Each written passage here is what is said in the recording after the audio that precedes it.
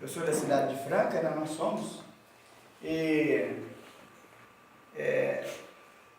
Nós somos trabalhadores do movimento espírita de Franca, a serviço da USE. Daí nós ministramos várias palestras, alguns seminários, nos centros espíritas lá de Franca e em toda a região. Mas nós somos vinculados ao Centro Espírita Meimei, lá do bairro Santa Terezinha, que provavelmente alguns de vocês conhecem. Tá?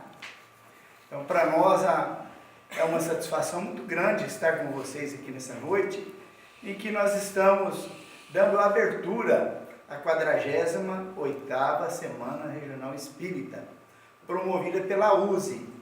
A USE é a União das Sociedades Espíritas, a Regional de Franca. Ela que promove esses encontros, que muito nos agrada, porque é um momento em que o movimento espírita entrelaça-se uns com os outros, e os oradores de uma casa vão visitar outras casas, e a gente leva um pouquinho de amigos novos e deixa um pouquinho da gente também. Esse que é o propósito da doutrina espírita, que é o cristianismo redivivo, para que a gente faça esses encontros fraternais em nome da doutrina, para que ela cresça e ganhe sustentabilidade cada vez mais. Para esse ano, o tema proposto pela USE é os 150 anos do livro A Gênese.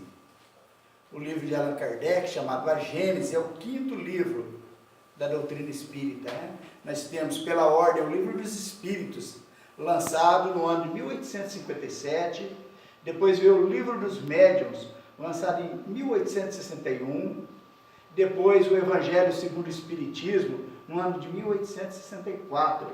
No ano seguinte, de 1865, nós tivemos o lançamento do livro O Céu e o Inferno. E por fim, no ano de 1868, a Gênese, que nesse ano de 2018 completa-se o seu sesquicentenário, ou seja, os seus 150 anos desde o lançamento dessa obra. Mas essa obra é uma obra ainda bastante desconhecida dos próprios espíritas, porque é um livro científico, onde há um detalhamento das partes técnicas, da origem da vida, do universo, e muita gente acha difícil estudá-lo, mas é importante, é necessário que a gente conheça esse livro.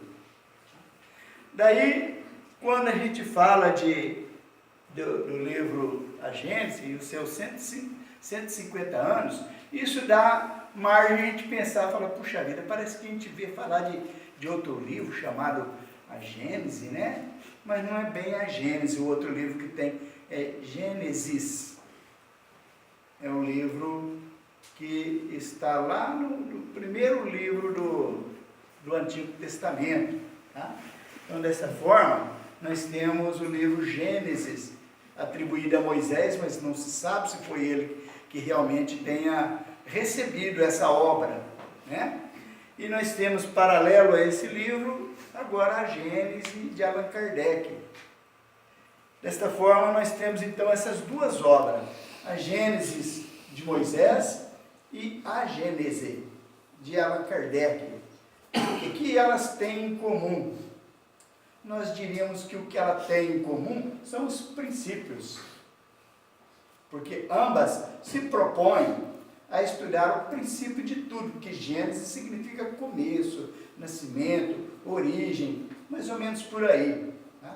Então, tanto a Gênese de Allan Kardec, quanto Gênesis, que nós encontramos no primeiro livro do Antigo Testamento, trazem o mesmo princípio, ou seja, explicar como tudo começou.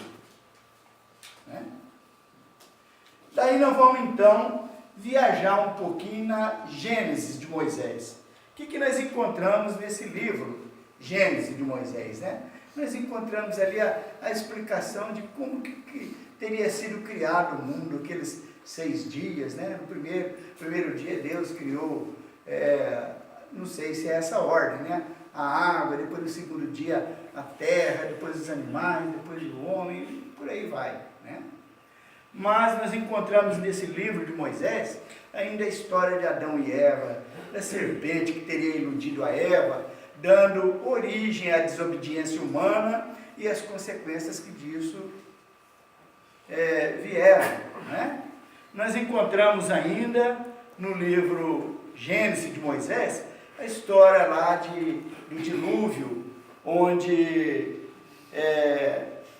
o Noé recebeu a orientação divina em que ele deveria construir a arca e recolher um casal de cada animal para ser colocado ali na Gênesis para perpetuação, né? Para continuidade da vida, né? Seria essa a história que nós encontramos, mais ou menos, né? Falando muito superficialmente, lá na Gênesis de Moisés, encontramos ainda a história de Abraão e seu filho Isaque, quando Abraão, em um gesto de profundo respeito e obediência ao Senhor, ele teria recebido a ordem para sacrificar o seu próprio filho, que ele amava muito, o Isaque. E quando ele foi sacrificar o seu filho, naquela hora suprema, Deus teria dito para ele: não, Abraão,